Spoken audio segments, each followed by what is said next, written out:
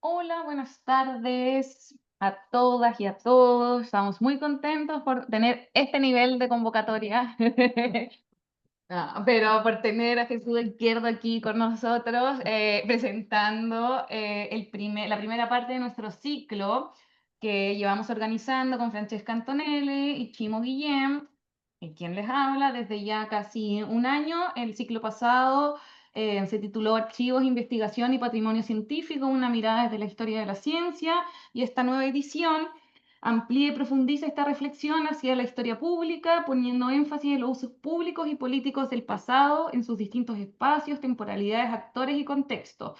Desde la historia de la ciencia, pero también más allá de ella, nos preguntamos cómo el patrimonio y los archivos se movilizan en el presente, qué actores participan en estos procesos y qué tensiones y posibilidades emergen cuando el pasado se convierte en objeto de debate público. Este ciclo de seminario es titulado Archivos, Patrimonio Científico, Historia Pública, los usos del pasado en el presente, y la primera presentación, como ya dije, está a cargo de Jesús Izquierdo, se titula Política y la Historia Pública, escuchar, dialogar, restituir lo arrebatado. Jes- Jesús Izquierdo Martínez, historiador y profesor de la Universidad Autónoma de Madrid. Su vida académica e intelectual ha discurrido con un acentuado perfil interdisciplinar, apostando por el diálogo entre las humanidades y las ciencias sociales. Ha publicado algunos artículos y capítulos de libros que avalan su empeño en atravesar distintas disciplinas y épocas históricas. El rostro de la comunidad o la guerra que nos han contado, publicados en el 2001 y 2017 respectivamente, y ha hecho contribuciones a la reflexión sobre la actividad investigadora y docente. Ha publicado dos libros en este aspecto o en este ámbito, uno en el 2024 titulado Introducción a la Historia, una mirada sobre el pasado, la historiografía y la crítica postcolonial, o El fin de los historiadores, este último editado en el 2006. Ha investigado sobre los orígenes de algunos conceptos con los que significamos el mundo, sobre los vínculos entre colonialismo y modernidad, sobre los fundamentos sociohistóricos de las conductas, sobre las maneras de elaborar historiográficamente episodios traumáticos, sobre la trágica precariedad de toda identidad y sobre la relación entre la ciudadanía y la enseñanza de la historia. Codirigió el programa de radio del Círculo de Bellas Artes, Contratiempo, Historia y Memoria entre el año 2009 y 2019, y desde el año 2020 preside la Asociación Española de Historia Pública, una apuesta decidida por la democratización de este saber en que todos trabajamos. Así que muchas gracias, Suso. Te dejamos aquí para solito para la presentación. Yo me llevo Y pongo este chisme. y yo apago este. A ver. ¿Sí? Bueno, pues en término, no puedo más que daros las gracias por la invitación, a todos los que estáis aquí presentes, por tu invitación, a Chimo también por esa invitación directa, pero indudablemente para todos los que vais a escuchar o vais a dialogar conmigo. Tampoco pretendo soltar un speech largo en el que solamente yo tenga la palabra, porque entonces sería una contradicción con respecto a lo que considero que la historia pública es, ¿no? Bueno, algunos ribetes de mi biografía explican por qué me he metido en la reflexión desde el 2020 en historia pública. Básicamente porque comenzamos a montar un programa de radio en el 2009, se llamó Contratiempo, Memoria e Historia, por la democratización del conocimiento histórico. Y aquel programa, bueno, tuvo tanta vigencia en el Círculo de Bellas Artes que acabamos haciendo 420 y pico programas de radio todos los lunes durante 10 años. No estuvo nada mal. Indudablemente uno cuando hacía aquel programa no se daba cuenta de lo que estaba haciendo y sin embargo cuando lo vemos desde la reflexión de hoy en día da la impresión de que hicimos algo, por lo menos para la comunidad a la que yo pertenezco, algo relevante, porque pusimos en discusión y pusimos a dialogar a gente que venía de disciplinas muy distintas y especialmente porque pusimos a discutir y a dialogar a ciudadanos con especialistas, algo que era muy extraño. Me acuerdo de un programa donde incluso acabé convocando a un campesino que había experimentado el éxodo rural, que discurría ni más ni menos con un sociólogo de lo rural, que era Cristóbal Gómez Benito, uno de los fundadores de la sociología cualitativa en España, o de segunda generación, y discutieron. Era maravilloso ver a uno hablando de la experiencia directa, de su conocimiento experiencial, y ver a otro hablando de su conocimiento más científico del proceso. Por supuesto, en situaciones ambiguas y, por supuesto, no hermanadas, pero daba lugar a este tipo de espacios muy concretos donde el ciudadano y el profesional del conocimiento podían discurrir, cosa que habitualmente, como sabéis, no es muy común en el mundo académico, ¿no? Bueno, yo os diría en primer lugar que la historia pública no es una disciplina. Hay mucho historiador dentro de departamentos que yo conozco donde piensan que lo que hemos construido es una disciplina nueva. Yo creo que no es una disciplina nueva, es una disposición. Es una disposición del historiador profesional a entrar en contacto con lo que se hace fuera del mundo disciplinario académico. Y es una disposición a escuchar. Y es una disposición que tiene en consideración fundamentalmente la idea de que los historiadores no es que salgan con su método histórico fuera del mundo académico, que también lo hacen, pero para mí es lo de menos. Este fue el origen de la historia pública en los años 70, ¿no? Cuando Robert Kelly decía que la historia pública era la salida del investigador o del historiador fuera del mundo académico con su método histórico. Claro, esto significa simplemente pues, una especie de salida de la zona de confort que tienen los historiadores y ir platicando ya en diferentes foros, pues lo que ellos consideran pertinentes que han descubierto del pasado, ¿no? Yo creo que la cosa es mucho más compleja porque tiene que ver con el reconocimiento por parte del historiador profesional de la corresponsabilidad con otros ciudadanos sobre el conocimiento. Y no hablo solamente del conocimiento histórico, hablo del conocimiento. Es decir, de esa capacidad que puede tener un sujeto predispuesto a pensar que el ciudadano no solamente es, y esto lo quiero dejar muy claro, un actor del pasado, sino también un autor de la historia. Esto es fundamental, porque esto es agarrar a la disciplina y ponerla en jaque. Porque es cierto que la disciplina, como cualquier disciplina, tiene el ánimo, desde el siglo XIX y parte del XX, a disciplinar el conocimiento. Y disciplinar el conocimiento fundamentalmente supone y presupone la construcción de barreras con respecto a los ciudadanos que son excluidos de ese conocimiento precisamente porque desconocen o no están formados o no están legitimados para esgrimir, manejar, cultivar el método histórico.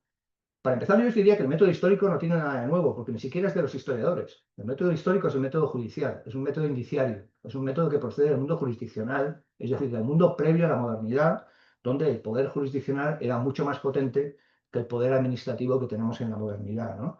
Por lo tanto, el método es un método que es, digamos, apropiado por parte de los historiadores y por otros científicos sociales, por cierto, y bueno, desde ahí hemos esgrimido la ventaja o la posibilidad de decirle a los ciudadanos que el poder contar es nuestro, porque tenemos la legitimidad para hacerlo y porque tenemos la disciplina que nos indica que solo nosotros tenemos esas capacidades, ¿no?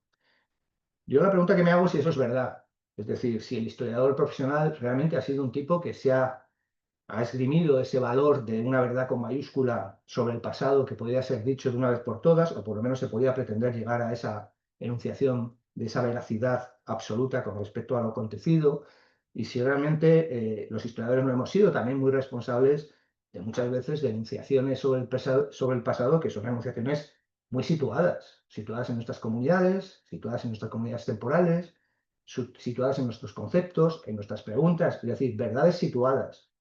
Esta especie de mito que todavía pulula entre algunos viejos historiadores y no tan viejos, que nos hablan de que el historiador es aquel sujeto que puede salirse, ¿no?, de su espacio comunitario y enunciar el pasado desde ningún lugar, como si fueran dioses, todavía pulula. Y no hay más que observar algunos libros de historia que se publican en grandes editoriales españolas donde se nos plantea para que la historia no se repita. En fin, este tipo de títulos que nos hablan de alguna manera de las posibilidades que tienen algunos para arrogarse esa verdad con mayúscula, ¿no? Y estamos en un mundo donde esa verdad con mayúscula, pues de alguna manera ha sido, y no solamente me refiero a las ciencias sociales o a las humanidades, me refiero también a las ciencias naturales. Esos centros de enunciación han sido trastabilados, de alguna manera puestos en jaque. Y han sido puestos en jaque quizá porque las ciencias sociales y las humanidades y las ciencias naturales tampoco han estado muy alertas de lo que de lo que estaba ocurriendo en términos de filosofía del conocimiento. Y esto ha supuesto pues, que esos centros de enunciación se hayan visto disputados y es muy difícil dar marcha atrás. Cuando los centros de enunciación legítimos quedan desasistidos o quedan enjuiciados, pues es difícil volver a un siglo XIX o a un siglo XX donde los departamentos o los centros de enunciación, como por ejemplo un museo o por ejemplo una galería de arte o por ejemplo, yo qué sé, un departamento de arte, nos podrían decir lo que era la estética a diferencia de las estéticas Los departamentos de moral y ética nos podían decir, o la Iglesia Católica, lo que era la moral con mayúscula en vez de las morales. Los departamentos de epistemología que nos podían decir en algún punto lo que era la verdad, ahora lo que tenemos son verdades. Con lo cual, lo que pulula en nosotros y en las sociedades a las cuales yo me enfrento son las ideas plurales de verdad, moral y ética. Ética y estética. Es decir, cómo recuperar lo que ya no es recuperable. Básicamente porque tenemos un desafiante radical, que son las redes sociales, con todos sus problemas, pero también son grandes ejemplos de desafío a las ideas genéricas que teníamos sobre la verdad, la ética y la estética. Entonces, con todo esto delante, uno lo que puede decir es, bueno, pues hemos perdido la batalla, o puede plantearse cómo hago, cómo arreglo esta situación, ¿no? Para mí el arreglo de la situación es un arreglo que tiene que ver con alianzas, es decir, buscar alianzas con los ciudadanos, fundamentalmente con la idea de que hay una suerte de corresponsabilidad que se puede ejercer. Es decir, que los ciudadanos, como os decía, no solamente sean los actores del pasado, eso lo descubrió la historia social, cuando incorporó el movimiento obrero, luego el feminismo, luego la teoría postcolonial, luego los subalternos, fueron siendo incorporados al relato histórico, pero luego hay otra parte que me parece tan relevante o más que la anterior, que es la parte en la que el ciudadano se puede comprometer a ser, de alguna manera, autor de la historia. No actor del pasado, sino autor de la historia. Ahora, ¿cómo se vive esto en el mundo académico? Como una amenaza. Una amenaza, esa amenaza que no nos estamos dando cuenta de lo que esto puede suponer para la propia disciplina. Una disciplina, vuelvo a insistir, con muchísimos problemas, pero bueno, el hecho está en que yo vuelvo a insistir, cuando hablo de historia hablo del poder contar. Hablo del poder contar y el poder contar es un poder pero brutal. O sea, pensar todavía, como piensan algunos colegas, de que el relato histórico es una concatenación de episodios históricos generalmente avalados por movimientos sociales o por individuos, pues es pensar la historia como se pensaba en el siglo XIX o en el siglo XX. La cuestión es que el poder contar la vida de los otros es apropiarse del alma de los otros. Es un poder que yo a veces digo, ¿cómo es posible que no nos hayamos dado cuenta de toda la capacidad que tiene un historiador cuando enuncia legítimamente, si es que tiene la legitimidad, para contar la vida de los demás? Esto lo ves muy claramente en la historia subalterna. Cuando yo empecé a impartir clases hace ya 14 años de teoría postcolonial, claro, te das cuenta de lo que es enfocarte a una persona al cual le has arrebatado la vida, le has enunciado desde arquetipos que están básicamente naturalizados y sin embargo no le estás dando ninguna oportunidad de plantearse yo me quiero contar de otra manera, porque básicamente le has arrebatado esa legitimidad. Cuando esa legitimidad empieza a ser discutida y empieza a ser desafiada es cuando nos enteramos, nos damos cuenta de que hay sujetos que están construyendo su historia desde otro lugar. El feminismo es un ejemplo clásico. Mujeres que deciden, ya está bien de que me cuentes mi historia cuando no la has contado. Es decir, he tenido pasado, pero sin embargo no estoy relatada en ningún lugar, salvo si yo me relato. Y yo me relato y me empodero de ese relato de las mujeres que de alguna manera están planteándose que ellas no solamente quieren ser actrices del pasado, sino quieren ser autoras de su historia. Y lo están siendo. Entonces, la cuestión básica del poder contar es una cuestión que además tiene un enfoque, y esto es otra de los palos que voy a enunciar sobre la historia política, no solo de la historia pública, que no solamente tiene que ver con la idea de esa disposición del historiador, sino esa disposición a devolver, que es una cosa que nos cuesta mucho, devolver parte de ese poder contar a los ciudadanos. Porque no hay que dudar que lo que hace la historiografía profesional cuando se acuña como historiografía profesional es apropiar un poder social que estaba en todos nosotros. Estaba en las comunidades familiares, estaba en las comunidades rurales, estaba en las comunidades urbanas, estaba en las comunidades monásticas. Había poder de contar que estaba distribuido. Decidimos en un punto que para que ese poder fuera legítimo tenía que ser disciplinado y se disciplinaron unos pocos. Entonces yo no sé si ese poder, participo de esto con vosotros, ese poder tan extremo que es el poder contar, debe estar en manos de unos pocos. Me atrevería a decir que no, porque los problemas de haberse apropiado por unos pocos han sido enormes. Hemos contado historia, los historiadores profesionales, que hoy en día, si las viéramos y las leyéramos con otros ojos, nos daría un tanto de vergüenza. Porque básicamente con esas historias hemos construido disparidades, hemos construido subalternidades muy radicalizadas, hemos construido imágenes peyorativas del otro, muy tajantes, y lo hemos hecho los historiadores profesionales. No lo han hecho los ciudadanos a través de su memoria. Entonces, ¿qué duda cabe que alguna cuestión o algún tipo de reflexión deberíamos extraer de este debate, ¿no? De un debate que es público. ¿Qué hacemos con la historia pública si decidimos, queremos compartirla con otros. Y me diréis, bueno, es que los otros lo hacen. Pues yo te diría que sí. Yo os diría que sí, no voy a hablar simplemente de las redes sociales, pero yo conozco mucha gente que viene de otras disciplinas o no viene de ninguna que utiliza el método histórico y lo utilizan muy bien. Es decir, escriben el método histórico utilizando una crítica a las fuentes, una narratividad fluida, una crítica a la veracidad de la fuente en sí misma. Es decir, esto se hace y lo hacen ciudadanos. Entonces yo, claro, la pregunta que me surge a continuación, entonces, ¿qué hacemos nosotros? Porque si ya nuestro proceso de identificación no obedece al uso exclusivo y dominante del método histórico, ¿qué aportamos los historiadores profesionales? Puedo dejarlo ahí y acabar la conferencia y discutir con vosotros, o puedo aportar alguna idea. Pero para mí la gran pregunta es, ¿qué hacemos ante esta situación? Si es que esta situación existe, a lo mejor alguno de vosotros pensáis que me estoy figurando un mundo increíble, pero no creo que sea así, porque llevo ya muchos años trabajando en esta cuestión y cada vez más me doy cuenta además de esto.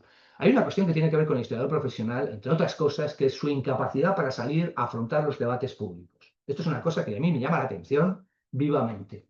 Es decir, cuando veo la poca profusión de compañeros de departamento o departamentos de facultad o departamentos de universidad que salen a la palestra a discurrir sobre temas que son públicos y son notoriamente públicos y que están generando identidades muy deficientes o muy combativas o simplemente muy tóxicas, lo que yo veo en compañeros fundamentalmente es, a mí no me metas en esto, que yo lo que hago es discurrir, discutir o dialogar en congresos y jornadas. Es decir, escribir, discurrir y dialogar para ti y para tus colegas. Si esto es hacer historia pública o si esto es hacer historia en algún sentido, es decir, un tipo de saber que pasa por ser disciplinado y pasa por tener un ámbito de lo público, pues que venga Dios y lo vea. Entonces, ante esa situación donde yo veo que los colegas no participan de los debates públicos y lo que ya es peor, que no participan de la integración y la escucha a otros dispositivos que están pululando por ahí, que son mayoritariamente, son cada vez más genéricos, que no están siendo escuchados porque son reprobados, porque no tienen la calidad supuestamente que tiene la historiografía escrita. Estoy hablando del cómic, estoy hablando de los podcasts de programas de radio, estoy hablando de documentales históricos, estoy hablando de películas históricas, estoy hablando de un montón de dispositivos desde la novela gráfica, es decir, desde un montón de dispositivos que están en la vida pública funcionando a veces mucho mejor que el relato histórico escrito por los historiadores y que los historiadores no quieren considerar porque consideran que tienen un rango inferior a lo que habitualmente tenemos en nuestras cabezas, ¿no? Por lo tanto, ante esta situación, yo lo que me planteo, si no escuchamos los debates, si no queremos entrar en ellos, si no participamos de otros dispositivos porque no queremos saber o queremos saber muy poco de ellos, si los demás utilizan el método histórico, entonces yo lo que me planteo, ¿qué le queda al historiador? ¿No? Yo creo que le quedan cosas. Lo que pasa es que lo que le queda al historiador fundamentalmente es lo que menos practica el historiador, que por ejemplo sería una filosofía del tiempo.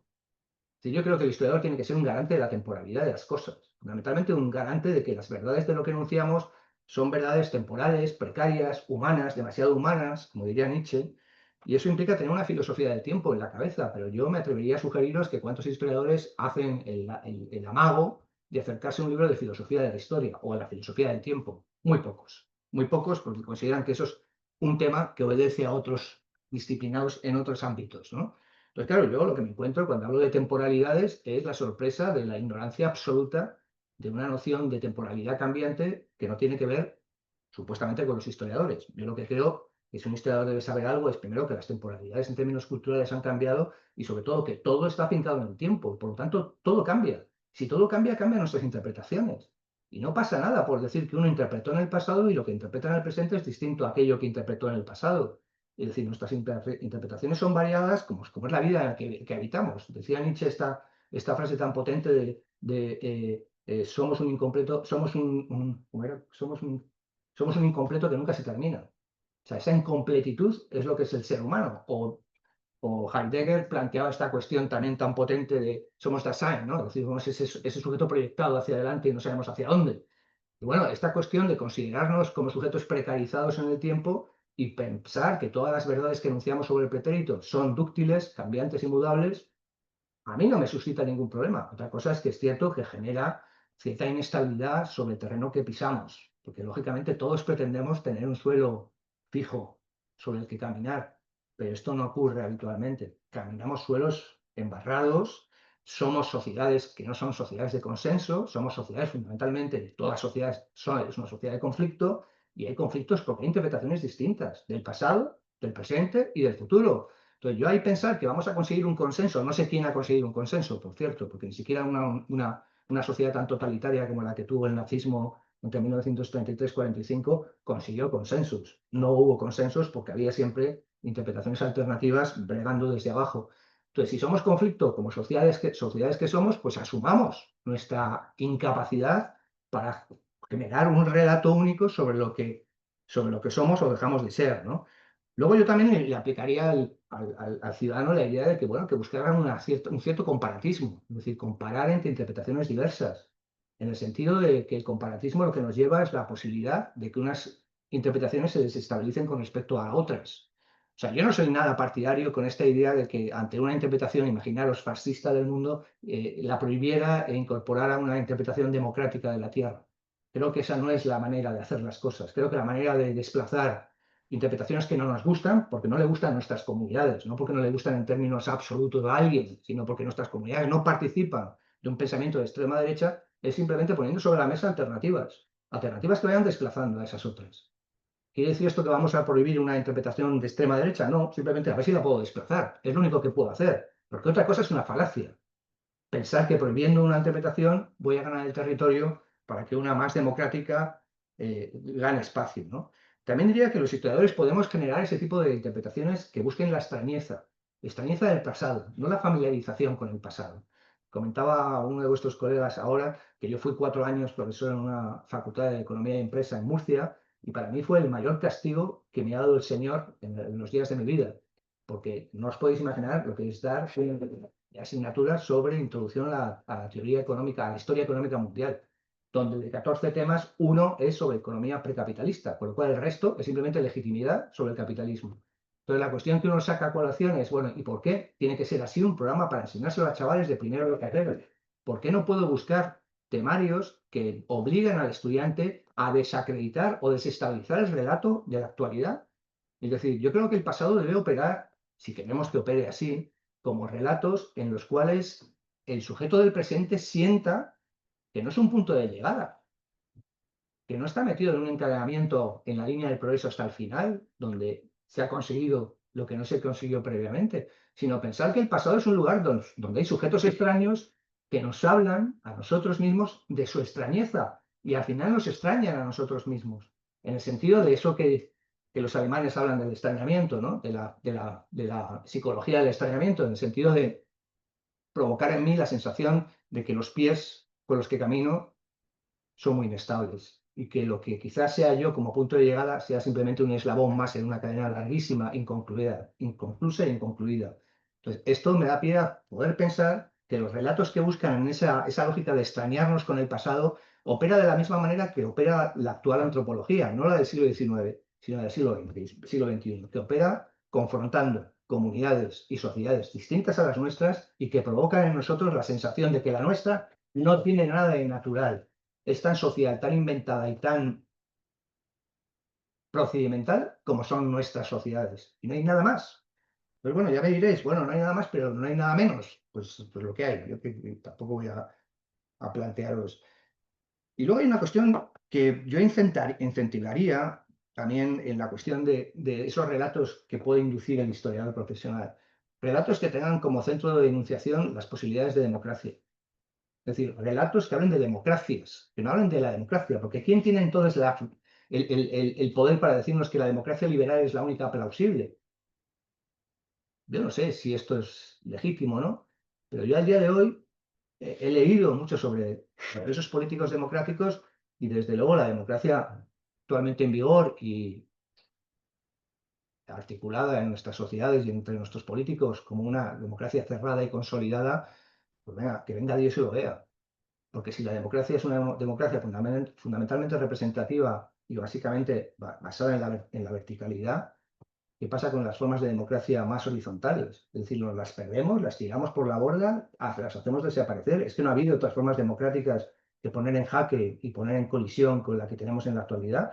Pues es una manera de aprender. Entonces, son cuestiones que os pongo sobre la mesa porque son cuestiones que me han permitido desde la historia pública reflexionar ¿En qué sentido los historiadores podemos tener alguna función dentro de este mundo tan debatido y tan desafiante, ¿no? O desafiado? Y luego una cuestión ya para ir acabando, que es, no sé si me estoy alargando, estoy bien de tiempo, que es la cuestión de pensar históricamente. Ayer estuve en un tribunal de oposición y en el tribunal de oposición, pues la opositora decía, con mucha razón también, que pensar históricamente era hacer un buen uso del método histórico. Si eso es pensar históricamente, acabemos y vámonos todos a tomar unas cañas o a una nueva paella como la que hemos comido hoy. Yo diría que pensar históricamente es una aptitud, es una profusión muy humana y que tiene que ver con el hecho de que pensamos históricamente cuando no podemos dar por descontado algo que nos ha sucedido, una experiencia que no tenemos y que de repente nos tenemos que detener a pensar, ¿y qué ha pasado aquí? Porque algo se ha movido bajo nuestros pies, no porque pretendiéramos que eso ocurriera, sino porque ha ocurrido, porque de repente alguien hizo un acto que es inusitado en nosotros y que nos da la pauta para abrir a la necesidad de plantearnos históricamente qué ha sucedido. Es un tipo de pensamiento que actúa en todos los seres humanos constantemente. Y me diréis, bueno, entonces, ¿por qué ha surgido el pensamiento histórico fundamentalmente en Occidente? Porque surgió una nueva temporalidad, y una nueva temporalidad que ya no se basaba en una línea sagrada, donde una Biblia o un texto sagrado nos decía cómo iba a ser el mundo desde el principio al fin. Cuando acabamos con esa cultura del tiempo lineal estática y se desarrolló una cultura del tiempo más lineal y dinámica hacia el progreso, es cuando las experiencias y las expectativas han ido mudando y cambiando y acelerándose en nuestras sociedades. Y esto repercute en el pensamiento histórico. Por eso tenemos tanto pensamiento histórico en la modernidad, porque es que los acontecimientos no paran de acontecer. El mundo del acontecimiento del antiguo régimen es un mundo de acontecimiento casi inexistente. Hay cambio histórico, indudablemente, pero se viven como si no. Entonces, la cuestión es que cuando culturalmente hemos mudado a esa sociedad de un tiempo lineal y dinámico, donde el progreso es lo que prima, donde el futuro es mejor que el presente y el presente es mejor que el pasado, lógicamente las experiencias y las expectativas se están mudando constantemente y eso requiere pensar históricamente, pero no porque lo hagan los historiadores, sino porque lo hacemos nosotros. Es cierto que los cambios inducidos en la modernidad fueron tan extremos que tuvimos que construir esto que llamamos la ciencia histórica. Y la tuvimos que construir porque el desafío era enorme, porque nos habíamos cargado el fin de la historia, que no era ni más ni menos que la parusía, como dirían los cristianos, o el juicio final que dirían los hebreos. Es decir, nos habíamos cargado el fin de la historia. Y una vez que te cargas el fin de la historia en términos culturales, me refiero a larga duración, tienes que sustituirlo por algo. Y eso es lo que hicimos en el siglo XIX. Todas las filosofías utópicas del siglo XIX vienen a rellenar aquello que liquidamos básicamente entre el siglo XVI, XVII y XVIII. Temporalidad larga y reconstruimos algo. Y reconstruimos un fin de la historia. Y el fin de la historia era una finalidad, no era un fin último, no era un punto de llegada. Era el hecho de progresar, nos hacía siempre mejores en cuanto nos encamináramos hacia un futuro. Pero teníamos que buscar regularidades. Y esas regularidades estaban en el pasado. Y el pasado nos mostraba esas regularidades que no eran ni más ni menos, según decían en el siglo XIX, leyes de la historia. Y si creíamos en esas leyes de la historia, todo estaba bien. Y las pusimos en marcha. El siglo XX. El siglo XX es la acción puesta en marcha de las deducciones hechas por historiadores profesionales de regularidades del pasado. Es decir, de leyes históricas. Y cuando uno decía que la ley histórica de la historia era la lucha de clases, ya lo tenías. Clases sociales, lucha de clases, motor de la historia, puesto en marcha, lo poníamos en marcha. Cuando uno decía que el fin de la historia era la construcción progresiva del individualismo, pongamos en marcha el individualismo, pongamos en marcha la anomía, pongamos en marcha esto. Cuando alguien decía que el fin de la historia era el dominio de la naturaleza, también lo hicimos y lo pusimos en marcha, sin duda.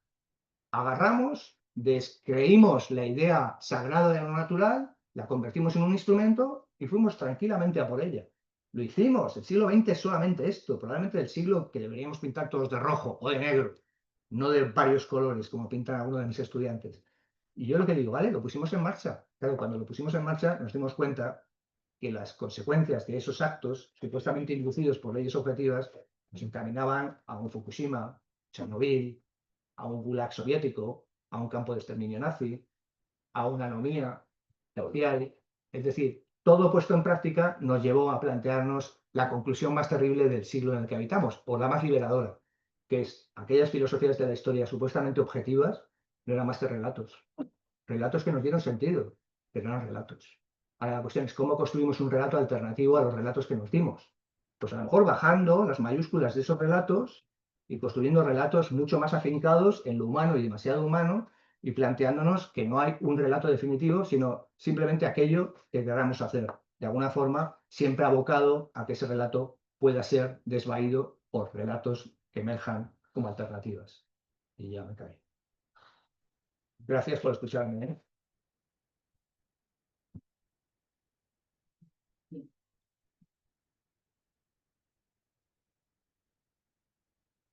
Me voy a sentar, ¿sabes? De este lado. Ok.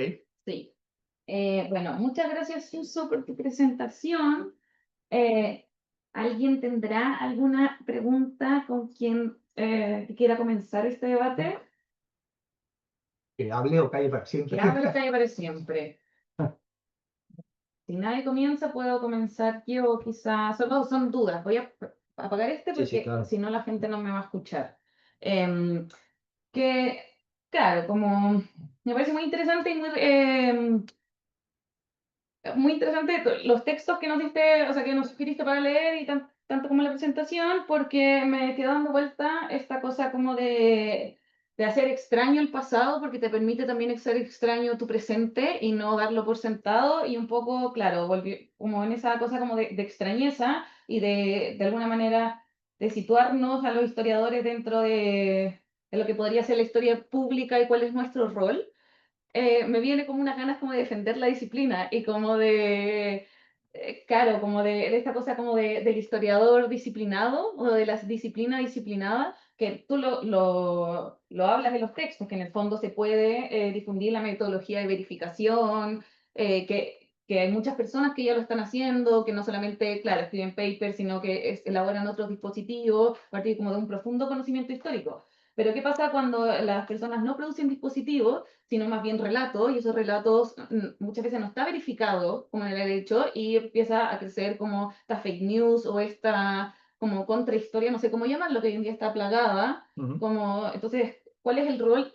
A mí me dan ganas de decir que muchas veces las universidades, como que tú las englobas dentro de estos centros de enunciación, también sirven un poco para o me hagan, o sea, como que yo entiendo que uno tiene que cuestionar estos centros de enunciación, los museos, y no solamente no hay que o no, han sido cuestionados, pero también permiten de alguna manera como producir conocimiento verificado. Ujú. Y creo que hoy en día en esta época tan de conflictos, creo que, no sé, es interesante un poco el rol del historiador en ese sentido, no sé si se entendió mi pregunta. Sí, sí, lo entiendo perfectamente. A ver, yo hay una cosa que es que a mí me asalta, de verdad, que yo creo que el historiador, y aquí sois todos historiadores, somos revisionistas. O sea, revisamos los textos anteriores, los relatos anteriores, construimos sobre el texto previo.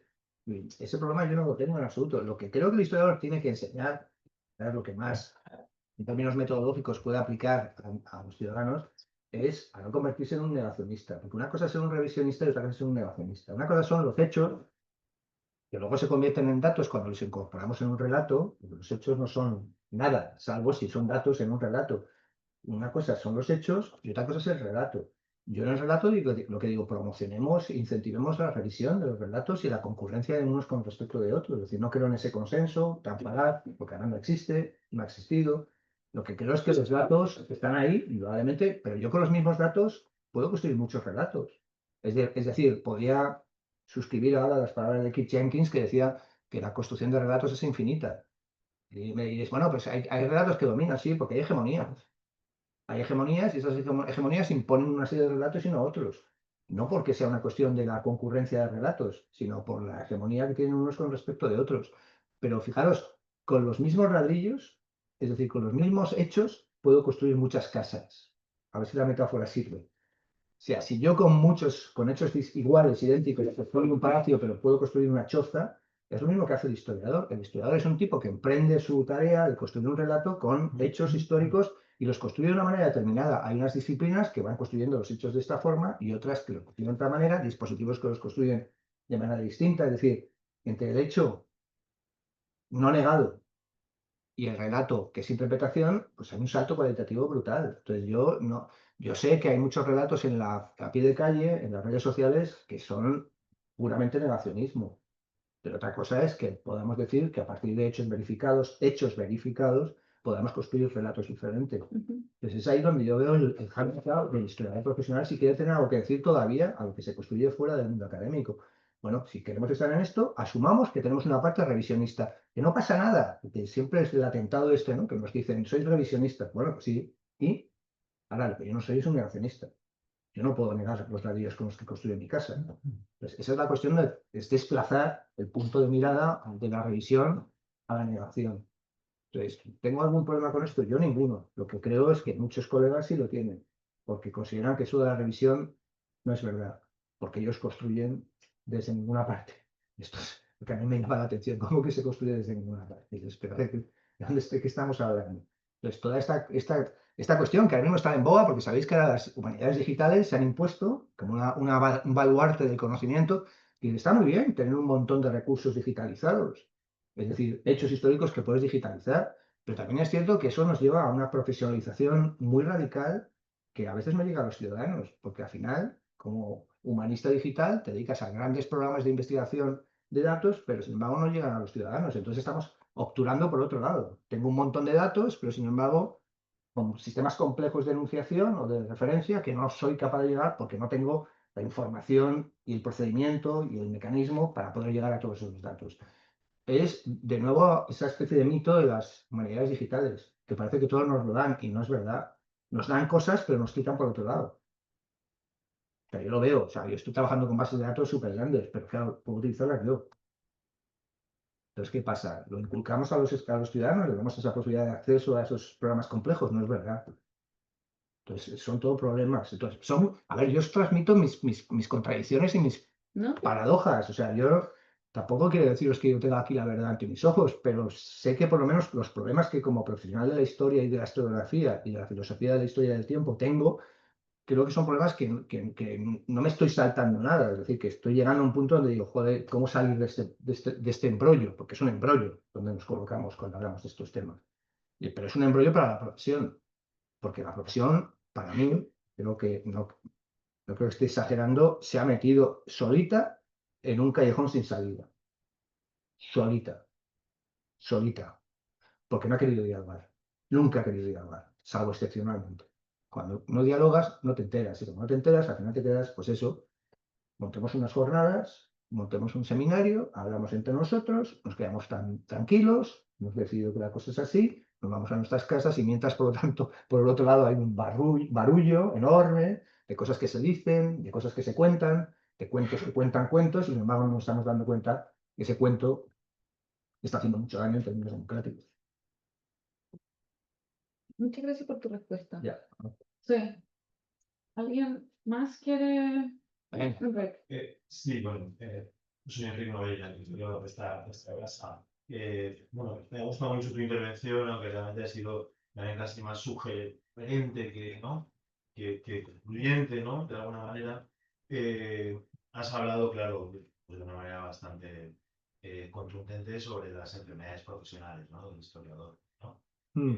Académico, yo creo que bastante caricaturizadas, ¿no? Pero bien, en fin, es una descripción fenoménica bueno, en la que todos podemos encontrar muchos ejemplos y muchos cenáculos que responden a esa descripción.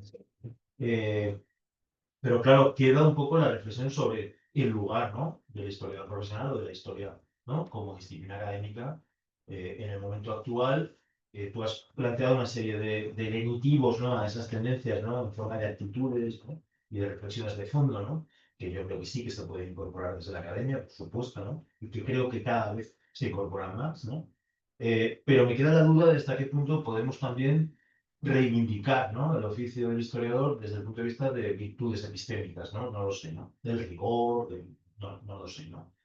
Bueno, en fin, evidentemente, pues sin tratar de regresar a una comprensión de la historia como relato objetivo en tercera persona, ¿no? Totalmente, ¿no? Descentrado y más o menos.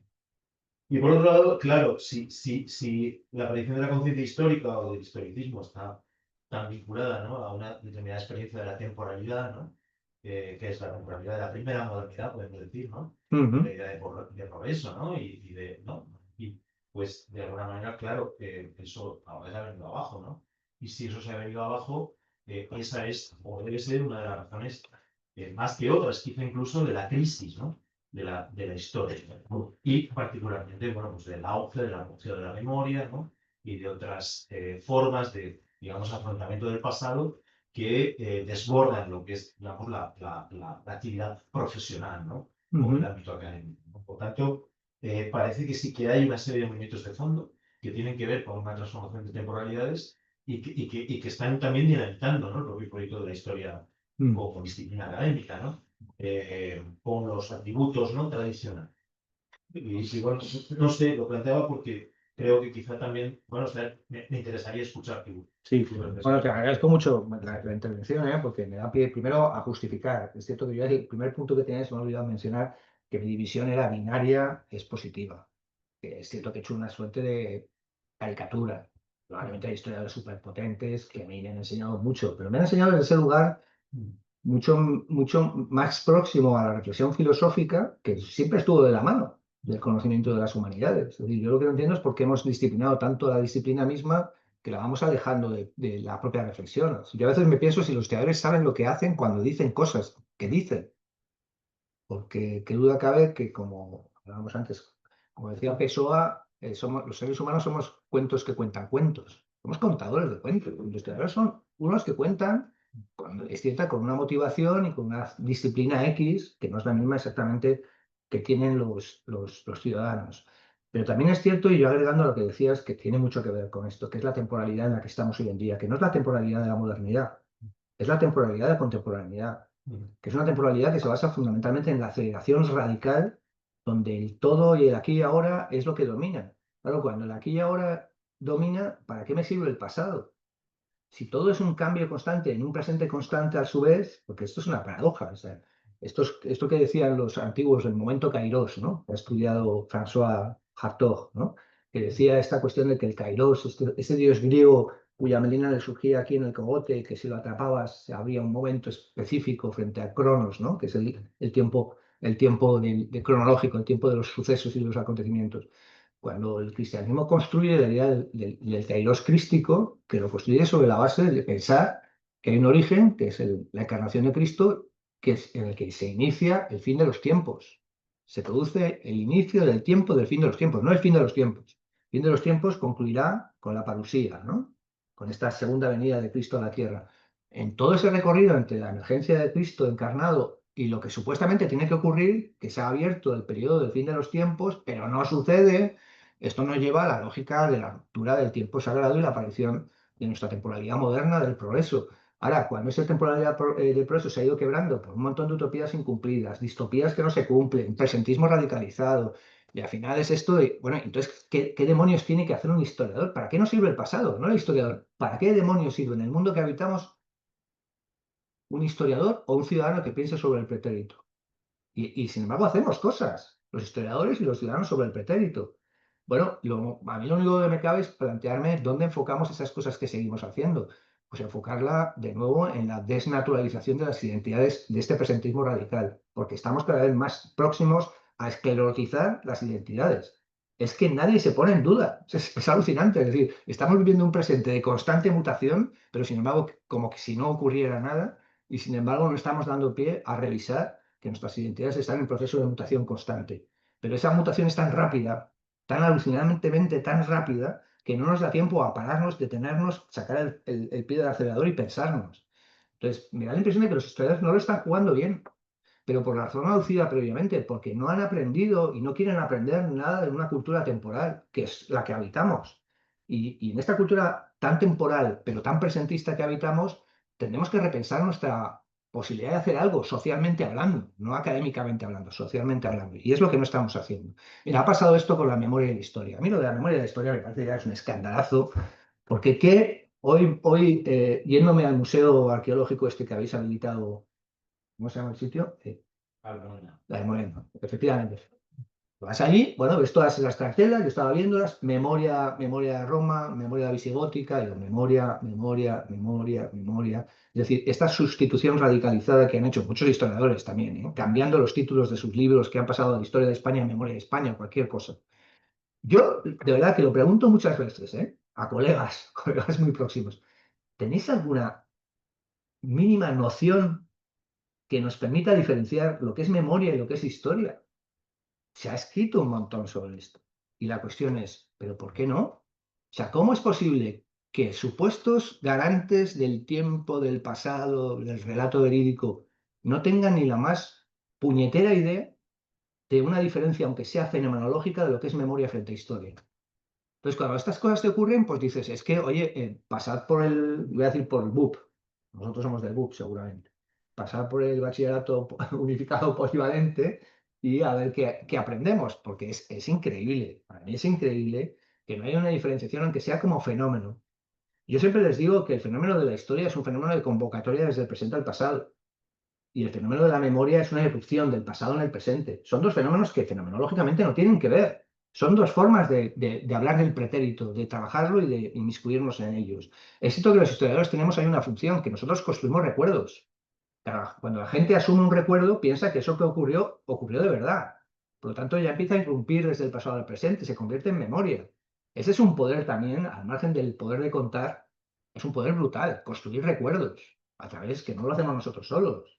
Lo hacen los políticos, las instituciones que generan conmemoraciones. Entonces, cuando una conmemoración la sueltas a un individuo, a un ciudadano, y ese individuo dice, pues así es como ocurrió, entonces te lo crees y lo asumes como algo que ha acontecido de esa manera. Entonces, ese es un poder que también está ahí, pero claro, no solamente es monopolio de los historiadores, es monopolio de algunos más.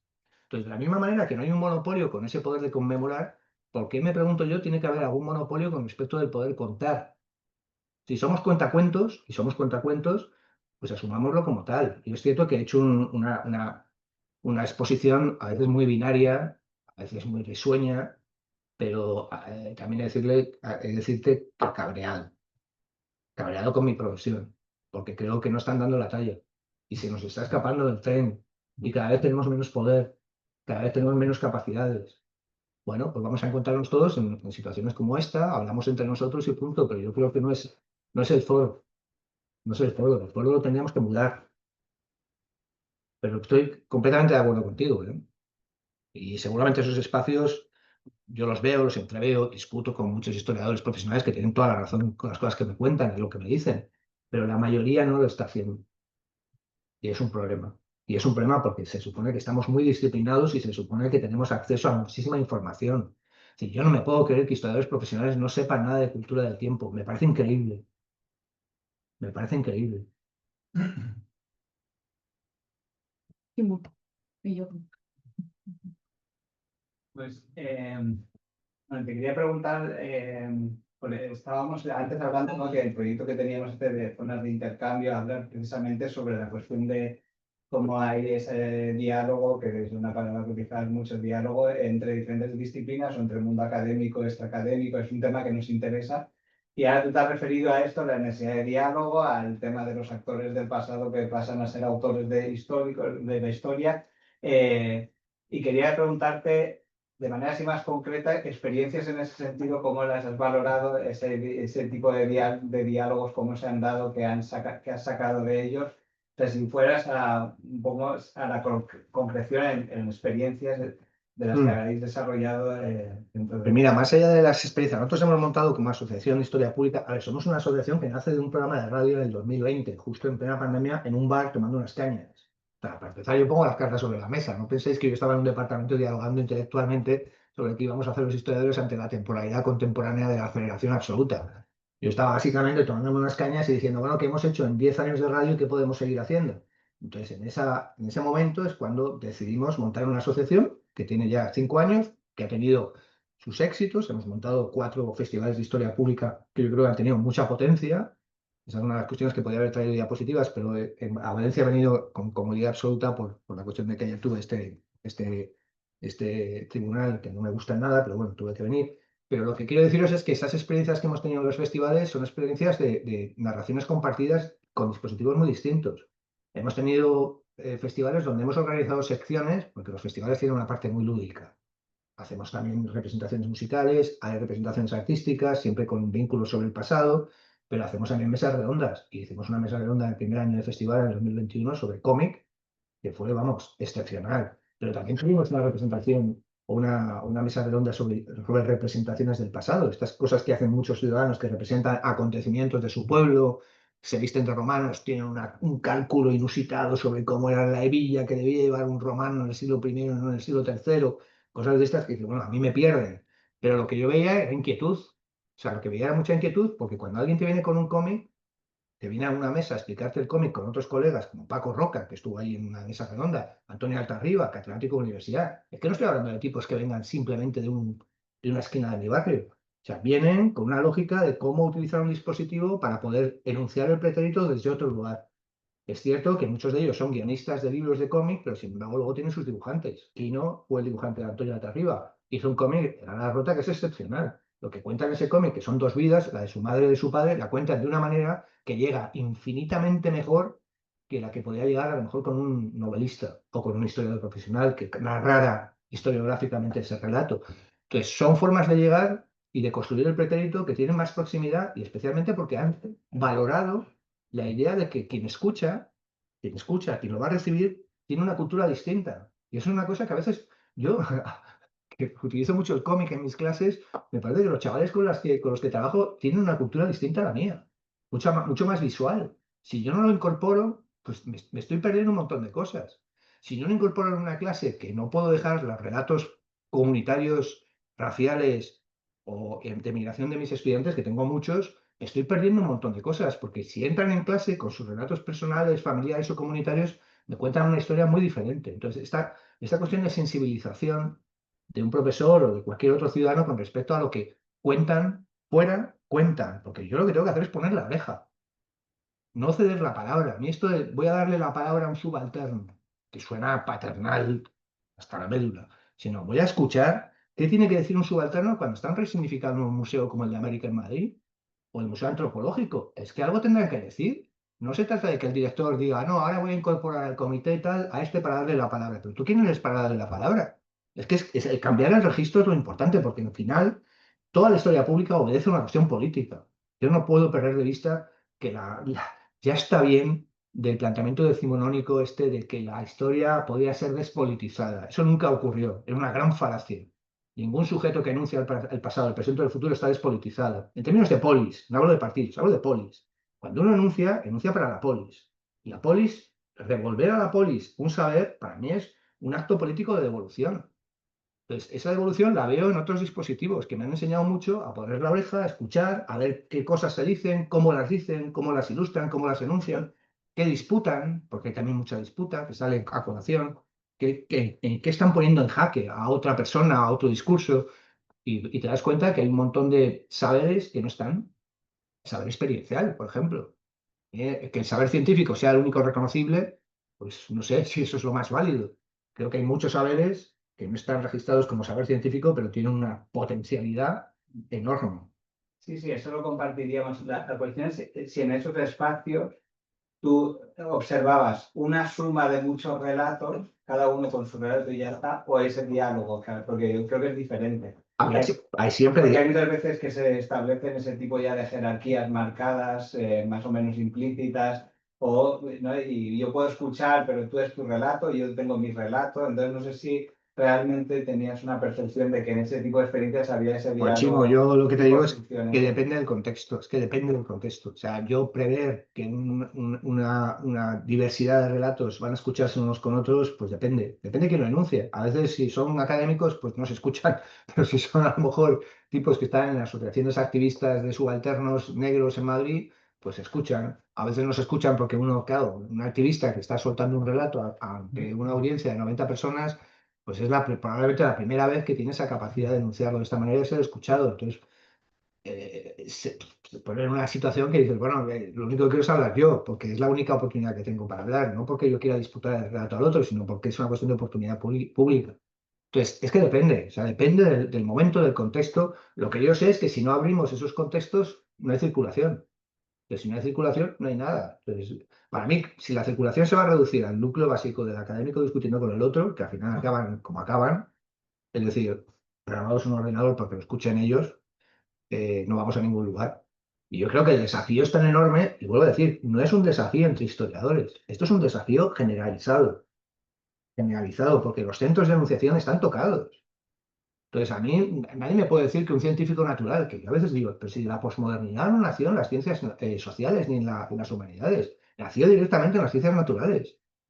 Fue un acto de científicos naturales poniendo en jaque la organización del saber con esta representación de la realidad a través de una inexistencia discursiva, como si los discursos no estuvieran interpretando y entrando en la construcción del experimento, de la realidad. Y toda esa filosofía que empieza en Rorty y acaba en Heidegger, bueno, empieza en Heidegger y acaba en Rorty y acaba en todo el pragmatismo norteamericano, o la hermenéutica francesa y alemana, tienen que ver con las ciencias naturales, mucho más que las ciencias humanas. Luego ha cagado en las ciencias humanas, pero previamente ha sido un discurso metido de lleno en cómo conocíamos, qué supuestamente podíamos conocer y cómo podíamos construir ese conocimiento para que tuviera reconocimiento social. Pero cuanto menos tiene reconocimiento social es cuando más nos podemos poner las pilas. Digo yo, no sé, si no es que es perder el tren.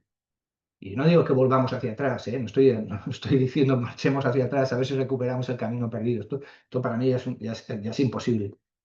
Porque como podríamos decir, el bulo ha existido en tiempos pasados, lo que no existían eran las redes sociales. Y esto ya no tiene marcha atrás.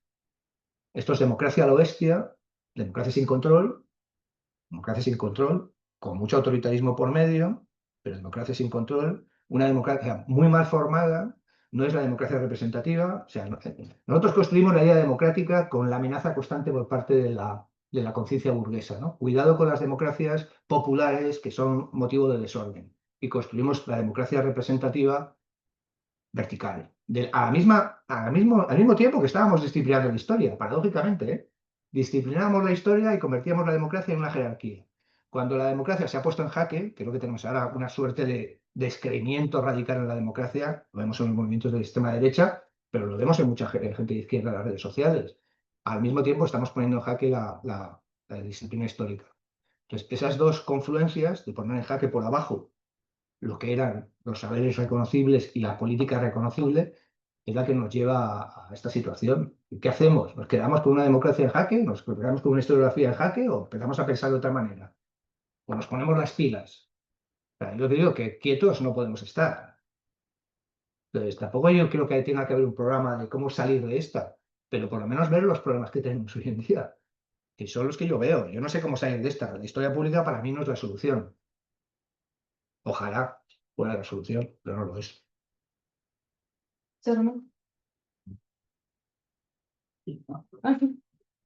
Sí, gracias por la presentación y por todas las cuestiones que has tratado, bueno, y estoy totalmente de acuerdo que son absolutamente pertinentes, ¿no? Y son de una complejidad enorme, probablemente tienen solución, pero no podemos dejar de plantearlo, está claro. Me dejo una cuestión para después, el tema de las redes sociales, lo dejamos después podemos tratarlo. ¿Vale? Creo que el papel de las redes sociales en esto que estamos comentando ha cambiado profundamente en los últimos años. Pero bueno, esto lo podemos tratar. Pero, bueno, tengo varias cosas. Pero voy a centrarme en este último tema de esa comparación con el mundo natural. Entonces, bueno, nosotros, desde la historia de la ciencia, este debate que tú estás señalando, las disciplinas, expertos y profanos, la relación entre los que saben y los que no, ¿no? Todo ese tipo de cuestiones se plantearon de manera muy fuerte en los años 80. Vamos a poner ahí la palabra posmodernismo si queremos, por ahí. Bueno, y ahí hubo un grupo de sociólogos, lo que se llamó el programa Fuerte, hicieron una crítica hacia una serie de constructos que desde la propia historia de la ciencia se habían hecho, por ejemplo, la revolución científica. Constructo eurocéntrico y que se utilizaba con fines de discursos imperiales. Pero al mismo tiempo también hubo ahí un ataque, ¿no? a las formas al monopolio de la verdad de la ciencia. Esa sería otra de las expresiones que las utilizaban. Y ahora estamos hablando de los años 80. ¿No? Estas personas que en esos años formularon una serie de cuestiones, progresivamente pues fueron evolucionando, pienso en Harry Collins, pero creo que también la obra de Bruno Latour, fueron evolucionando hasta darse cuenta que, bien, el ataque que al principio parecía infantil, de acusarlos de un relativismo radical y que yo, por supuesto, rechazaban, ¿no? Porque les parecía ridículo, ¿no? Pero que ese relativismo, esas formas, esas aperturas, otras formas de de conocer, ¿no? Que Ujú. no necesariamente lleva la etiqueta científica en la que estaríamos de acuerdo, ¿no? Todo el Mm. mundo, pues podían ser utilizadas con el fin de acabar con algunos conocimientos que ponían en cuestión algunos poderes hegemónicos, ¿no? Y eso en el 2000, 2000 algo, 2010, ¿no? Ahí surgieron toda una serie de movimientos. Pues, ahí en 2010 Harry Collins publica su libro ¿Somos todos expertos? Mm. Donde plantea esta apertura que hemos hecho en los últimos años de esta sociología fuerte de la ciencia, donde hemos cuestionado el monopolio de la verdad de la ciencia, no ha permitido a determinados grupos que vienen, por ejemplo, de grandes industrias, pues cuestionar, por ejemplo, la relación entre tabaco y cáncer, Mm. ¿no? Y de manera que, bueno, pues podemos seguir haciendo negocios de forma normal, sin preocuparnos lo que nos digan desde el campo de la ciencia. ¿No ha permitido también poner en cuestión el cambio climático? ¿No ha podido poner en cuestión también algunos de los concursos de salud pública que nos obligarían a controlar determinadas cuestiones, normalmente las medidas? Es decir, esta apertura llevó en cierto modo, que en los últimos años hay muchos más trabajos en ese sentido, a cuestionar cuál es el papel de esos discursos críticos con los relatos de historia de la ciencia y con la propia ciencia, ¿no? Ujú. Y ahí pues hay toda una serie de reflexiones acerca de cómo construir estas formas de ciencia ampliada, donde se rompen las disciplinas, transdisciplinar, y además con un contexto fuerte con el mundo fuera de la academia. Ujú. Heigan Bodny, de años 90, ciencia socialmente robusta, ¿no? Y ella, una persona que llevó a cargos muy importantes en esta idea de una ciencia que estuviera muy informada por movimientos sociales, por ejemplo, ¿no? Ujú. La ciencia ciudadana, ¿no? Ciencia que surge desde abajo también, ¿no? Hay toda, que utiliza métodos que ni siquiera pretenden alcanzar la producción de hechos el rigor científico, porque ese rigor a veces lo que hace es que retrasa las conclusiones, ¿no? Hay Mm. muchas experiencias en muchos lugares. Ujú. Entonces, no sé si este recorrido que hemos comentado de la historia de la ciencia, las otras teorías de la ciencia, el propio recorrido de la ciencia natural para crear esta ciencia ciudadana, robusta, pues, como queramos llamarlo, ¿no? No sé si tiene su relación con lo que estás señalando, ¿no? Ujú. Con esta historia pública, por llamarlo una historia ciudadana, ¿no? Una Ujú. historia hecha por personas que no necesariamente han pasado por una licenciatura de historia, por lo cual pues, creo que estaríamos todos de acuerdo Mm. que es así, ¿no? Pero claro, esto nos lleva a la pregunta de, Colin, ¿somos todos Expertos. expertos en historia? ¿Y cuál es el rol de las personas expertas? ¿Cuál es el rol de las personas activistas? Las personas que pertenecen a la ciudadanía en general, ¿no? Ujú. Hace poco tuvimos un congreso que se llama Expertos Activistas, ¿no? Chimo ha hablado de esta Ujú. idea de estos espacios de contacto, esas zonas de contacto. Bueno, entonces, Mm. Bueno, mi pregunta va en esa dirección. ¿En qué medida este tipo de movimientos de ciencia ciudadana o estos movimientos que tratan de establecer estos puntos de encuentro entre personas de las ciencias naturales, de la medicina y del activismo, pues en tu medida eso se parece a un Mm. proyecto como el Pero de... yo estoy absolutamente de acuerdo con el planteamiento. Es decir, fíjate, históricamente siempre ha ocurrido algo muy semejante. Cuando ha habido un movimiento escéptico, lo hubo con Pirrón en el siglo III, lo hubo con Montaigne en el siglo XVI-XVII, y lo ha habido ahora con el movimiento posmoderno, si podemos llamarlo. Cuando ha habido un movimiento escéptico, el efecto ha sido crear un movimiento fundamentalista científico. Es decir, volvemos a la idea de verdad absoluta. Ocurrió con Pirrón en el siglo III, ocurrió en Montaigne con la emergencia de las ciencias naturales duras y puras, y ha ocurrido en cierto sentido con la crítica posmoderna. Es decir, de alguna manera, también la crítica posmoderna ha producido un científico crédulo, radicalmente crédulo, en que el método y la única manera de conocer es el método científico. Yo no dudo de ese método. Lo único que dudo del método, cuando lo pongo en jaque, es la idea de que el científico que me parece que ha salido mejor artillado de la crisis posmoderna ha sido aquel que ha integrado la idea hermenéutica de que su conocimiento está situado, posicionado. No quiere decir que las verdades de la ciencia sean verdades falsas, sino simplemente que se construyen, que son, como diría Latour, verdades construidas, ese famoso libro, ¿no? De Nunca fuimos modernos. Entonces, toda esa idea de que la verdad es un constructo, pero que tiene a veces efectos técnicos. Porque a mí cuando se me habla de progreso, que es lo más habitual, ¿no? Hombre, ¿cómo me vas a negar el progreso si el progreso técnico está demostradísimo? Claro, tecnológicamente hablando. Pero si el progreso es solamente la tecnología, acaba y vámonos, porque las sociedades que hemos generado en el mundo occidental están bastante enfermas. Yo diría que un tipo de Tumbuctú podría darnos algunas lecciones de cómo organizar una sociedad que no tenga la dependencia que tiene nosotros de nuestro individualismo, de nuestros problemas con el otro, con nuestra propia durabilidad como sociedades, con nuestras relaciones con la naturaleza. Pero también digo que uno de los grandes efectos ha sido muchos científicos que consideran que su verdad es parte de un paradigma que tiene consecuencias, esas consecuencias son verificables a través de un método, en este caso científico, pero también están vertebradas por un lenguaje, y ese lenguaje es el que tiene el tiempo, porque hay algo que tiene temporalidad, fundamentalmente es el lenguaje. El lenguaje es algo que fluye como el agua entre los dedos. Y como el lenguaje no lo podemos parar, a pesar de que tengamos la Real Academia de la Lengua Española, que da esplendor y demás, pero el lenguaje no lo tenemos y por lo tanto cualquier comunidad científica está situada en paradigmas lingüísticos. Y desde ahí enuncia cosas que tienen efectos y construye cosas que tienen efectos muy positivos. ¿Qué duda cabe? Si no seríamos todos terraplanistas ahora, ¿no?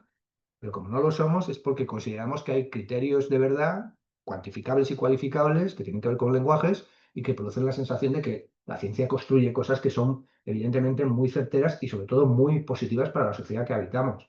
Decía Rorty una frase que siempre recuerdo, decía Richard Rorty, pragmatista norteamericano, que la verdad era un concepto de validación. De validación es verdadero aquello que considero que es útil para la sociedad en la que habito. No es verdadero por una adscripción a la realidad tal cual, sino porque es útil para la comunidad que comparte mi verdad. Llamo verdadero aquello que es útil o es práctico. Entonces, o bueno, decía él también. Entonces, bueno, esa manera de mirar el mundo científico, que en realidad lo que hace es incorporar la crítica posmoderna en su fase más radical, en los 70-80, pues salvaje. Pues salvaje, yo no sé si os acordáis los historiadores con Haydn White y compañía, ¿no? O sea, yo lo suscribiría, pero es cierto que hay un uso de la ciencia que da resultados eficientes, pero también hay que reconocer cómo se consiguen esos resultados. La idea de construcción de un experimento me parece clave, cómo se construye el experimento. No es que el experimento esté dado de por sí, sino se construye, cómo un enunciado en un paradigma funciona y en otro no.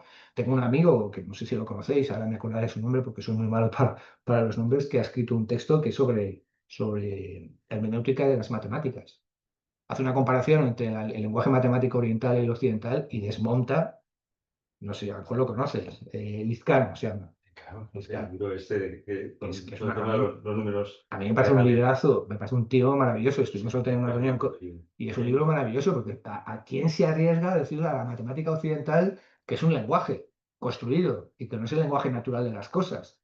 Entonces, claro, plantear desde una posición historicista esa virtualidad hermenéutica del lenguaje matemático occidental, pues es un desafío. Y eso a mí son los desafíos que me atraen. No porque no crea que las matemáticas tengan resultados eficientes en términos técnicos o humanos, sino simplemente porque es un lenguaje. Y hay lenguajes que tienen eficiencia tecnológica y hay lenguajes que no. Pero a lo mejor tienen una eficiencia social brutal. Ya les digo, conocimiento experiencial que tiene una eficiencia social enorme y sin embargo un conocimiento cientificista radical en Occidente que tiene resultados sociales devastadores. Porque a veces no nos ponemos en jaque en cuanto que creemos que la verdad del conocimiento está en la ciencia. Que es cierto que tiene parte de esa veracidad, pero no toda. Y tiene resultados a veces completamente ineficientes. Entonces, es considerar esto, no es poner en jaque nada, para nada, ¿eh? No he pretendido en ningún momento decir que la ciencia no nos sirve para nada, sería una aberración, pero hay una cosa también muy pertinente, que las cosas, la realidad que hay ahí fuera no nos dice cómo hablar de ella. Eso es un problema. Si la realidad no nos dice cómo hablar de ella, ¿con qué la hacemos hablar? Con estos lenguajes. ¿Y qué le pasa a nuestros lenguajes? Que no son privados, que son públicos. ¿Y qué le pasa a nuestros lenguajes? Que son comunitarios y no privados. ¿Y qué le pasa a nuestros lenguajes? Que no son naturales, son históricos. Y como son históricos, pues la realidad aparece de muchas maneras. ¿Es un problema? Sí. ¿Lo es? Pues no, dependiendo. No lo sé, yo ya no sé nada. No sé si te he respondido. Sí, sí, sí, sí. Bueno, tampoco pretendía Este responder. debate al que yo quería comentar. Pero pues, Sí, había algo hay más cuestiones ahí. Si quizás podéis seguir. Yo quería No, la segunda. formular otra vez. Ahí. Quisiéramos, Tu turno. digamos, aterrizar como la TUR en algún momento dado en un tema, en temas concretos, ¿no? De los que has trabajado en tus artículos. lo que hemos circulado. El tema de lo que fue la recuperación de cadáveres de víctimas de la guerra, de la guerra civil. Esa primera recuperación, ¿no? Del desenterramiento de los años 65 al 82, más o menos, ¿no? Cuando llega el gobierno del Partido Socialista, empieza esta parte. Y creo que un poco reflexionar en ese tipo de cuestiones en ese contexto, ¿no? que has explicado. Como esos... A ver, este texto surge ni más ni menos con una historiadora que es Zoraide Kerengat, Es una tesis, ¿no? que hizo la tesis conmigo, que ha publicado su libro, que va sobre fosas del franquismo antes de la democracia, ¿no? Entonces, es una investigadora muy potente, ha trabajado mucho con Paco Fernández, ha trabajado con Manuel, investigador de la ciencia del CSIC, ahora me acordaré de su nombre, Antonio Lafuente. Lafuente. Entonces, es un texto que trabaja muy mucho una cuestión de la memoria, es decir, cómo hubo una memoria de represaliados durante los últimos años del franquismo que fue activa. Entonces, no fue una memoria simplemente de narraciones de familias a familias, sino que es que desenterraron cuerpos cuando había gobernadores civiles y gobernadores militares del franquismo. Lo que pasa es que ahí lo que nos daba pie para poder hablar de esos inicios precarios todavía de la historia pública en España era que no solamente era ese pasado que irrumpía en el presente a través de la memoria, sino que había convocatoria de la historia, porque esas familias se contaban, se explicaban, se decían cosas, no solamente era la memoria la que estaba operando a ver si exhumo a este cadáver, no, es que se contaban cosas, se daban explicaciones de cómo había muerto y cómo no había muerto, por qué habían llegado y cuándo habían llegado los falangistas al pueblo para asesinar. Estaban contando una historia y la estaban contando desde la genialidad absoluta con respecto a la disciplina. Claro, por eso me parece un ejemplo bueno para discutir esto, ¿no? Porque fue un caso en el que las personas que construyeron la historia a partir de esos restos de familiares no eran historiadores profesionales, los historiadores profesionales también mirando hacia otro lado. Y luego cuando volvieron los historiadores profesionales y los expertos, nosotros tuvimos aquí a Francisco Echevarría, que es forense y trabajó en esto, pues claro, lo que decía es que para ellos fue un desastre, porque todo lo que ocurrió ahí pues destrozó un montón de tumbas que, claro, no se extrajeron de una manera correcta, se perdió un montón de información, muchos cadáveres que se enterraron durante las familias, que lo que es que, bueno, y una familia querían encontrar estos restos y enterrar al pueblo, ¿no? Y en ese momento. Entonces ahí vemos una tensión muy fuerte entre estos activistas que fueron luego desacreditados, que se acabó su proyecto en los años 80, ¿no? Se cerró. Preguntábamos con Echevarría por qué se cerró. Pero fíjate, y estos otros... hay todo un debate ahí enorme, ¿eh? Porque fíjate, lo que dice Echevarría es la figura de un experto técnico que dice, bueno, se han cargado la fosa común porque han intervenido los familiares previamente. Lo que diría Zoe es que hay temporalidades en las propias exhumaciones. Hay exhumaciones que fueron exhumadas y que dejaron restos y luego se han vuelto a exhumar porque el testigo de no sé quién pues decía que había un enterramiento y volvían a exhumarla y de pronto se encontraban que alguien había manipulado ahí. Habían sido los mismos familiares previamente, 30 años antes, los que le habían intervenido. Zoé tiene una mirada histórica, es decir, una mirada mucho más sensible.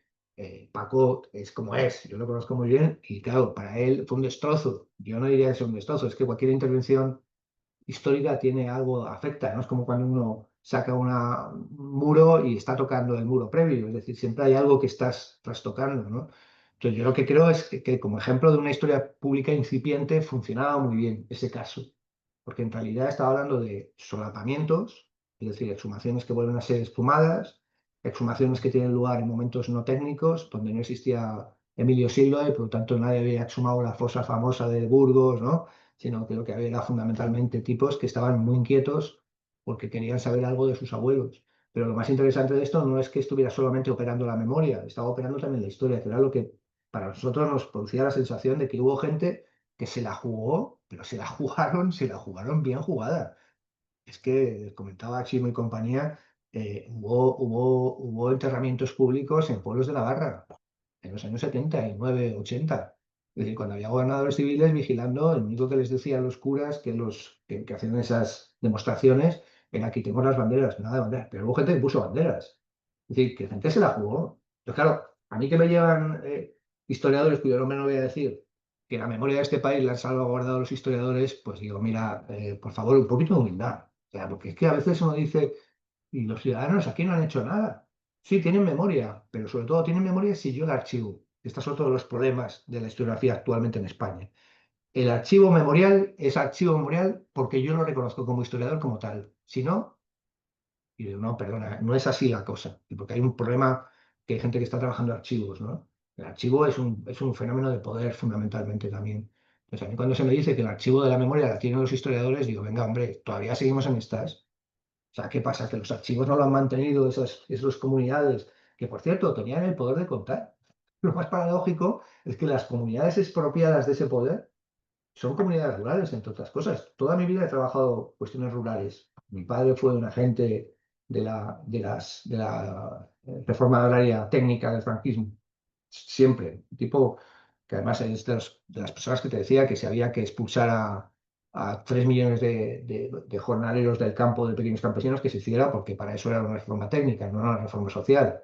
Entonces, yo mi vida ha sido una vida rodeado de objetos del mundo rural que mi padre traía cuando era presidente o vicepresidente de las cámaras agrarias. Toda esa vida la tengo en mi cabeza. Y toda esa vida, claro, es una vida de unas memorias que no están al alcance. O sea, no tenemos una gran memoria del mundo rural desaparecido, del éxodo. Ahora mismo empezamos a encontrar libros que nos hablan de esto, de las memorias X, hay incluso cómics que están trabajando sobre esa memoria de lo rural, pero es una memoria que no ha sido de alguna manera reconocida. De la misma manera que no ha sido reconocida la memoria vecinal. Movimientos vecinales, hay 5 libros en España. El movimiento vecinal, donde las mujeres fueron fundamentalmente las representativas de esos movimientos en busca de servicios sociales. Entonces, lo que digo, estas mujeres tienen que ser reconocido en un relato que les cuente. Pues 5 textos, de los cuales son 5 de bajísima calidad, hecho por historiadores, fundamentalmente. Tampoco hay una memoria de lo asambleario. El movimiento asambleario en España fue muy potente. O sea, un movimiento que era obrero y que no quería la representación sindical. Y estuvo ahí.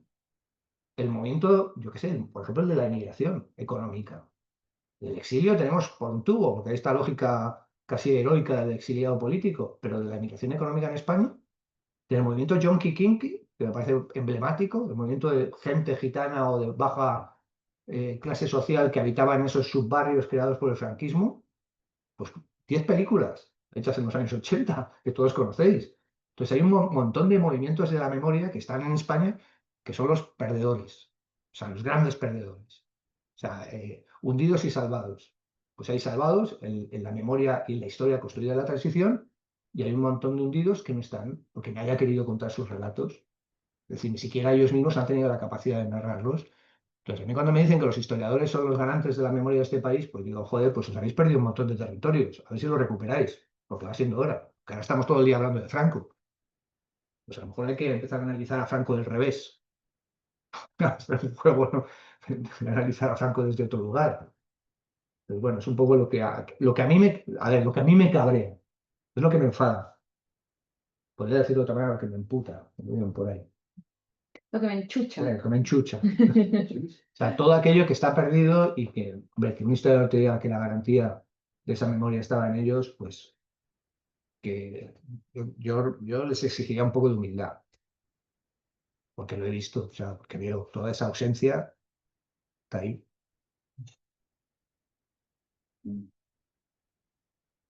¿Tienes una pregunta? Sí, tenía una pregunta sobre la tensión que existe entre la necesidad de hacer historia pública, me creo, Sí, la necesidad de hacer historia pública que has descrito de manera muy fuerte y las presiones y lo que se valora dentro del mundo académico y sobre todo un en el país, el monográfico académico como la cumbre de lo que hace, es como lo que se valora más.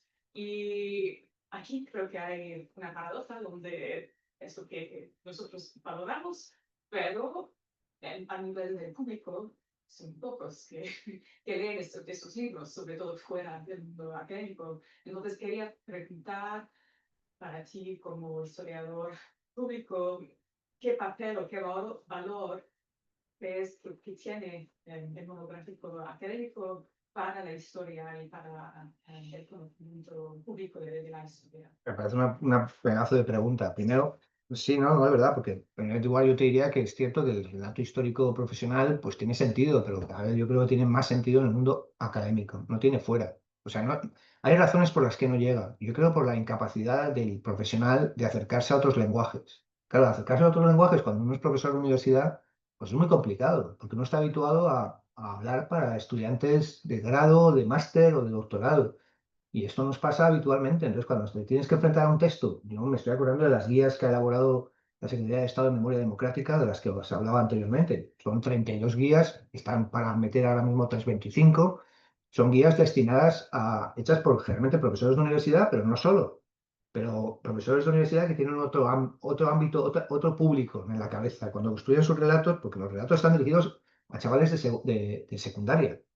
O sea, son relatos de secundaria que van desde la desbandada malagueña del año 37, pasando por la Saritísima, por Sara Montiel, acabando con los primeros Erasmus, que son los becarios del CSIC de los años 30, acabando por el Arco de Triunfo, terminando en el Valle de los Caídos, el Museo de América, el Ramiro de Maeztu como instituto para educar y obedecer. Es decir, hay un montón, están todos colgados en la página del Ministerio, son gratuitos, los podéis bajar. Entonces, esos relatos, muchos de ellos están hechos por historiadores profesionales, pero con una lógica muy distinta. Están reconfigurándose para articular relatos que sean distintos a los que habitualmente proyectamos en la academia.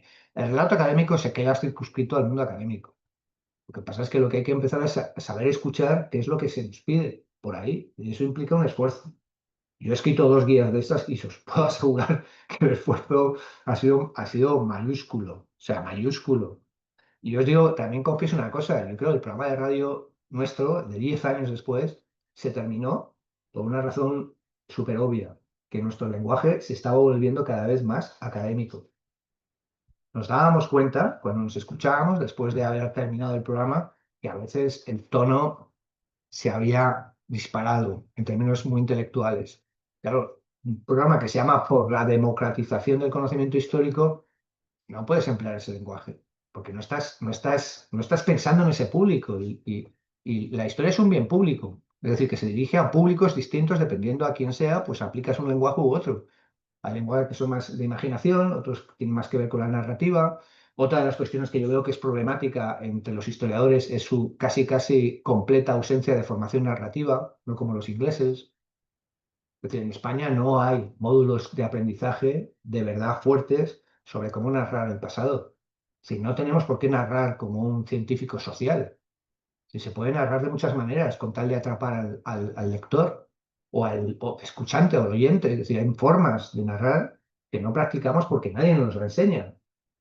Y no hay ni más ni menos que decir que la historia es una narración, que el relato prima más que el dato.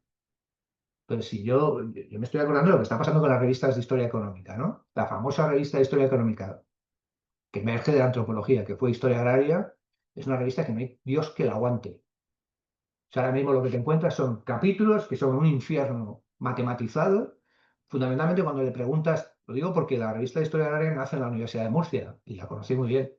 Entonces, puedo decir que cuando tú leías un artículo ahí, veías un montón de texto que se reducía al final a 10 páginas, donde había 50 fórmulas matemáticas, y cuando le preguntabas al autor, de verdad, a lo mejor estoy exagerando porque estoy haciendo esa especie de parodia, ¿no? Pero le preguntabas al autor, ¿y entiendes la fórmula matemática? Te decía, no, la he encargado. Entonces había un tío que le había hecho la formulación matemática del texto a un tercero. Y dice, pero bueno, esto es un disparate. Entonces, una revista que procede de la antropología, que tenía un ámbito y un público distinto, la vas colocando en una revista para que tenga impacto dentro del nivel de revistas, pues la vas colocando en una revista cada vez más científica, pero porque se considera, entre otros, entre muchos historiadores, que cuanto más abstracto es el lenguaje, más científica es la revista, porque menos tiene capacidad de meterse el autor como sujeto, ¿no? Entonces, esta especie de locura de decir que el sujeto se puede anular a sí mismo, se puede desujetar. Como alguien que dice, bueno, no estoy sujeto a nada, estoy colocado en una esfera atomizada ahí arriba y puedo enunciar como quiero. ¿No? A mí me parece, y yo me podéis decir que estoy un exagerado y estoy utilizando un análisis muy binario, pero yo simplemente os recomiendo que veáis la literatura reciente sobre la Guerra Civil Española. Te vais a encontrar con una sorpresa. Hay un montón de libros que todavía sugieren esta idea de que para la historia no se repita, es decir, volviendo al tiempo cíclico de los antiguos, no de los modernos ni de los contemporáneos, el tiempo cíclico, o la verdad definitiva de... ¿Cómo que la verdad definitiva de qué? Sí, me diréis, son estrategias editoriales. Es verdad, pero mucha gente cuando le estás vendiendo eso se lo está creyendo. Pero bueno, son los fantasmas de la historiografía, están ahí, persiguiéndonos. Y no sé cuál era la pregunta. ¿Qué valor tiene el académico? ¿Qué valor tiene? Pues yo diría que sigue teniendo el valor para el mundo académico, un valor cerrado. Pero tiene, yo diría que muy, muy escaso, pero sin embargo tienes estupendos dispositivos al orden del día. Tienes documentales. Yo acabo de ver la película, que yo no sé si la conocéis, la de La buena letra, de Celis. No la conozco. Yo desde mi punto de vista, os diría que es la mejor película que he visto en mi vida de la Guerra Civil Española. Nunca he visto una cosa igual. Lo hace una autora, una mujer, sobre el silencio de las mujeres en la represión franquista, en un pueblo. No dice mucho, pero lo hace todo. Es excepcional, es excepcional. No es la típica película donde nos cuentan los buenos y los malos, no, es simplemente lo que es el silencio de estar en una situación de represión. Lo que te tienes que callar, lo que no puedes decir, con qué puedes contar, con qué no puedes contar. Es esa película que es excepcionalmente crítica, pero tiene un valor constructivo, imaginativo, narrativo, que tiene una fuerza que a veces dices, ojalá muchos historiadores supieran. La novela ahora mismo que también acabo de leer, que no sé si conocéis, Dicen, está escrita por Susana Arins, Susana Sánchez Arins, una gallega. Es una obra que se llama Dicen. Dicen, está escrita en gallego. Dicen es el rumor. Habla del rumor. El rumor es el rumor de su comarca, donde su tío abuelo fue un gran asesino. Entonces, el rumor del tío Ángel que se paseaba por la comarca asesinando, el rumor de sus mujeres y de las mujeres que hablaban de él sin querer enunciarlo directamente.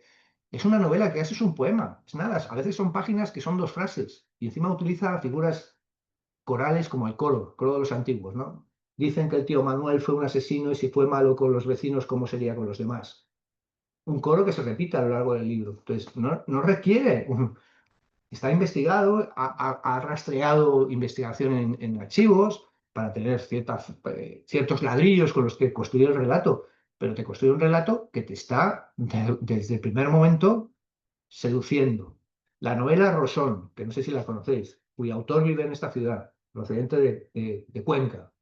Es una novela, voy a leer con el autor, es una novela gráfica, una novela sobre el mundo rural, en un pueblo de Cuenca entre los años 50 y los años 70. Es excepcional, no solamente por los dibujos, cómo dibuja ese chaval, porque es un chaval relativamente joven, sino lo que te cuenta de una infancia rural que madura en un pueblo, toda esa sexualidad reprimida, toda esa memoria que se va borrando, te lo cuentan en imágenes, una persona que cada uno de los dibujos es un esfuerzo creativo monumental. No es un libro de historia, para mí sí, lo es, porque te cuenta un pasado que muchas personas, historiadores profesionales, no son capaces de poner al alcance de los ciudadanos. Él lo ha hecho. ¿Con qué? Con relatos de su padre, con investigación particular de su propia persona. Y te cuenta cosas que no cuenta un historiador profesional de esta manera, ¿no?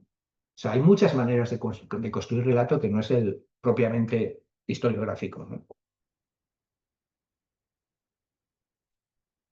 ¿Tiene alguna otra pregunta?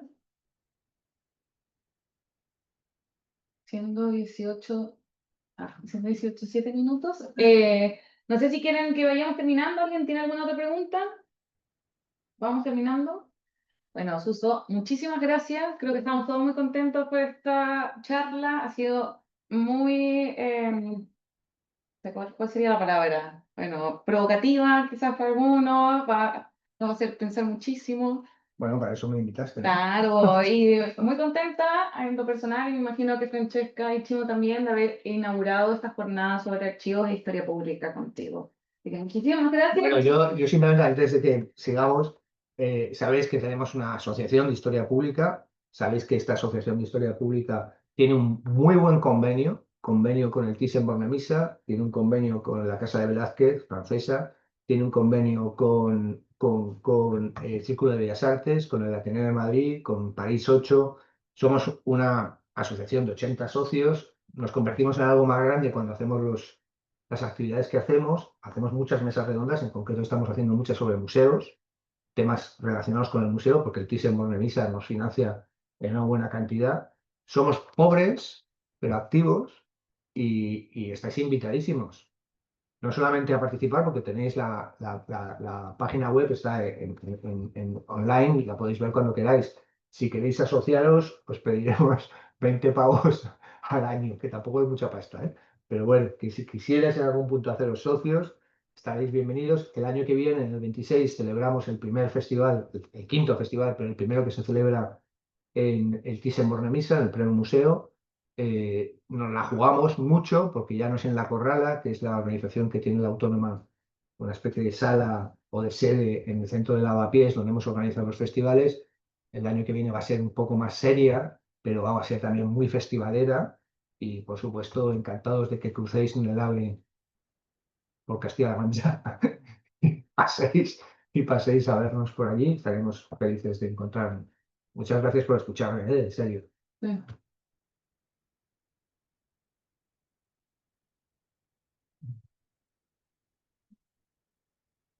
Gracias por tu presentación. Sí, muy susto. A ver, yo me voy a despedir aquí. Bueno, gracias. Chao. Francesca. Antonio. Mira, ella es la otra organizadora del seminario. Hola. Francesca. Sí. Hombre, Francesca, ¿cómo Hola, estás? Bien, encantada de escucharte. Muy No, interesante. un placer, un placer. Gracias por haber venido. Estás en Bolonia, ¿no? Sí, se ve Ah, de la luz blanca y gris que hay, el cielo gris del norte de Italia. Se nota en la gráfica. Sí, ¿verdad? Un poco triste. Sí, se nota la gráfica. Nada. Ya. bueno, Lo voy a cortar, espérate, voy a Bueno, poner pausa. Detener grabación. Ah, gracias, así no me...